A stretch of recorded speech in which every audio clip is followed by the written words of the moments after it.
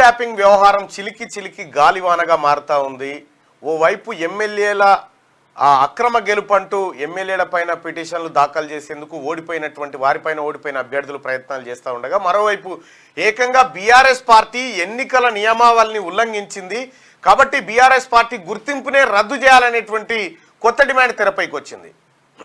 So మొత్తానికి ఒకే ఒక్క case TRS party మొత్తం ఎంపైర్ని కుప్పగూలుస్తున్నటువంటి పరిస్థితి కనిపిస్తూ ఉంది. అసలు ఈ ఫోన్ ట్యాపింగ్ కేసులో ఇంత భారీ పరిణామాలు ఉంటాయని కేసీఆర్ కూడా ఊహించుకోకుండొచ్చు.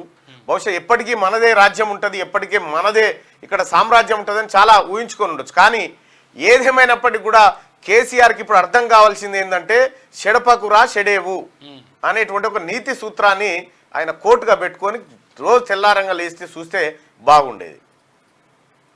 ఇవాళ రాష్ట్ర ప్రభుత్వం బదనాం కాకుండా పోలీస్ శాఖ చేస్తున్నటువంటి అత్యంత కీలకమైనటువంటి దర్యాప్తుల్లో ఇదొకటి. ఇంకోవైపు నయీం కేసును మళ్ళీ విచారించాలని హనుమంతరావు అన్న కొత్త డిమాండ్ తెర మీద తీసుకొచ్చాడు. నయీం కేసులో దాదాపుగా ఆ రోజు కిలోల కొద్ది బంగారం, డైరీలు, ఆస్తి పత్రాలు, 1.79 కోట్ల నగదు దొరికిందనేది అప్పుడు సమాచారం. వివిధ వాళ్ళ బంధువుల ఇళ్లలో కూడా సోదాలు నిర్వహించినప్పుడు అనేక పత్రాలు దొరికినాయని చెప్పారు. మరి ఆ నయీం డైరీ ఎటు పోయింది? నయీం ఎవరెవరికి బినామీలుగా వ్యవహరించిండు? చాలామంది పోలీస్ ఆఫీసర్లు గతంలో ఆ కేసులో విచారణ ఎదుర్కొన్నారు, సస్పెండ్ అయ్యారు, తిరిగి మళ్ళీ విధుల్లో చేరారు. అయితే ఈ ఫోన్ ట్యాపింగ్ వ్యవహారంలో ఉన్నటువంటి తిరుపతి అన్న గతంలో నయీంతో అంటగాగినటువంటి వ్యక్తి. అతను భువనగిరిలో ఎస్ఐగా పనిచేసినటువంటి సందర్భంలో నయీంతో అంటగాగిన వ్యక్తిగా ఆయనకు ముద్రపడ్డది. నయీంతో కలిసి ఆయన ఫోటోలు కూడా దిగిండు గతంలో. వినాయక భుజంగరావు కూడా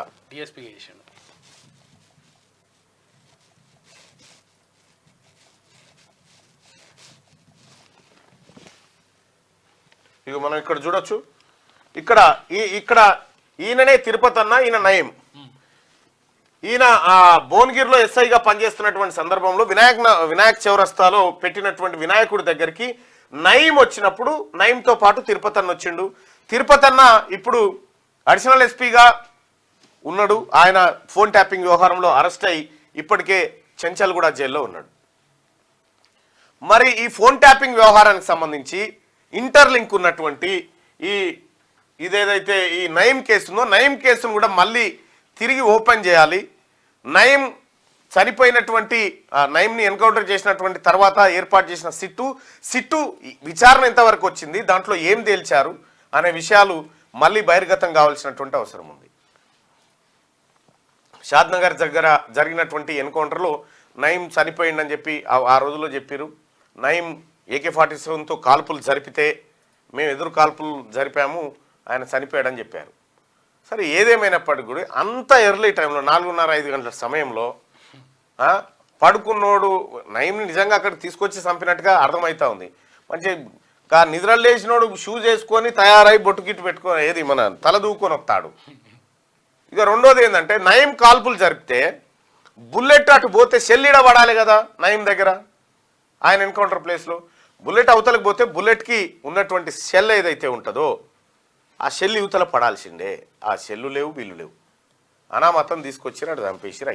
మీద బాగా ఆరోపణలు ఉన్నాయి కాబట్టి ఎవరు వ్యతిరేకించలే. అది వేరు, ఎవరు వ్యతిరేకించలే. నయీంని ఎన్కౌంటర్ చేయడం అనేది ఇప్పుడు మీరు భువనగిరి చూడండి, భువనగిరిలో ఇప్పుడు అంతో ఇంతో కొంత స్టేట్లంతా ఊపిరి పీల్చుకున్నారు ఆ పరిస్థితుల్లో. కాబట్టి నయీం కేసు ఏమైంది, నయీం డైరీలో ఏముంది, నయీం దగ్గర దొరికిన ఆస్తులేంటి, వాటి వివరాలేంటి, ఇవన్నీ కేసీఆర్ గతంలో మూట కట్టుకొని పోయిందనేటువంటి ఆరోపణలు ఉన్నాయి. దీనిపైన ఎంక్వైరీ జరగాలి అనేది హనుమంతరావు అన్న డిమాండ్. సో మొత్తానికి ఫోన్ ట్యాపింగ్ వ్యవహారం అనేక మలుపులు తిరుగుతూ ఆఖరికి కేసీఆర్ ఫామ్ హౌస్ దగ్గర ఆగే పరిస్థితి కనిపిస్తూ ఉంది. మరి ఇంత వ్యవహారం ఒక రాష్ట్రంలో భారత రాజ్యాంగం ఇచ్చినటువంటి ఆర్టికల్ 21 ప్రకారం మనిషికి జీవించే హక్కు, తర్వాత తన వ్యక్తిగత భద్రత ఏదైతే ఉందో దానికి భంగం వాటిల్లే విధంగా తెలంగాణ రాష్ట్ర ప్రభుత్వం గతంలో కేసీఆర్ ప్రభుత్వం చేసినటువంటి ఉల్లంఘనలు ఏవైతే ఉన్నాయో ఇవి దేశద్రోహం కిందికి వస్తాయి. దేశద్రోహం కిందికి వస్తాయి. ఈ దేశద్రోహానికి సంబంధించి తక్కువలో తక్కువ కాకుండా ఉరిశిక్షలు పడేటువంటి చట్టాలు ఉన్నాయి.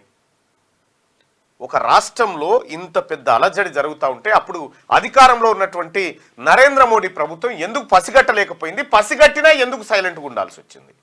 నిఘా సంస్థలు ఏం చేసినాయి? పాకిస్తాన్, ఇస్లామాబాదు లేకపోతే ఈ కరాచీలో జరిగేటువంటి వ్యవహారాన్ని నిఘా పెట్టి పట్టేటువంటి మన ఇంటెలిజెన్స్ వ్యవస్థ, మన తెలంగాణ రాష్ట్రంలో పాకిస్తాన్లో జరిగినటువంటి ఉగ్రవాదుల కుట్ర కంటే ఎక్కువ కుట్ర జరిగిన తర్వాత ఎందుకు నిఘా వర్గాలు నిద్రపోయి ఉన్నాయి? ఇది గోకుల్ చాట్ బాంబ్ బ్లాస్ట్ కంటే చాలా పెద్ద కార్యక్రమం ఇది. కేటీ రామారావు దబాయిస్తున్నా నాకు ఏ సంబంధం లేదని 100% నీకు సంబంధమే ఉంటుంది. ఉండకుండా ఎట్లుంటుంది? ఇప్పుడు నీ కళ్ళల్లో ఏది మన పరిటాల రవిని హత్య చేసి మొద్దుసీని చెప్తాడు చూడు, సూరిబాబు కళ్ళల్లో ఆనందం కోసమని. పోలీసు వాళ్ళు ఫోన్లు ట్యాప్ చేసింది నీ కళ్ళల్లో ఆనందం కోసమేనా? అయితే ఇప్పుడు ఏం చెప్పి ప్రయత్నం చేస్తారంటే కాళేశ్వరం కారణం ఎవరంటే ఇంజనీర్లు, తర్వాత ఇప్పుడు ఫోన్ ట్యాపింగ్ కారణం ఏంటంటే పోలీసులు. ఇక వాళ్ళకి సొంత ప్రయోజనాల కోసం వాళ్ళు చేసుకున్నారట. ప్రభుత్వానికి ఏం సంబంధం లేదట. చేపించిన సంబంధం లేదు కానీ చేసిన వాళ్ళకే వచ్చిందట ఇప్పుడు పరిసరం అంతా. అయితే భుజంగరావుని నయీం మర్డర్ తర్వాత భుజంగరావుని తీసుకొచ్చి భువనగిరి డీసీపీగా పెట్టిరు. భువనగిరిలో పనిచేసినటువంటి భుజంగరావు మొత్తం నయీం ఆస్తులను మొత్తం జల్లెడబట్టిండు. ఈ టీమే, ఫోన్ ట్యాపింగ్ టీమే నయీం మారణకాండలో నయీం ఆస్తులు కొల్లగొట్టే దాంట్లో ఉంది. దీనిపైన పూర్తి స్థాయిలో ఎంక్వైరీ జరగాలనేది ప్రజల డిమాండ్.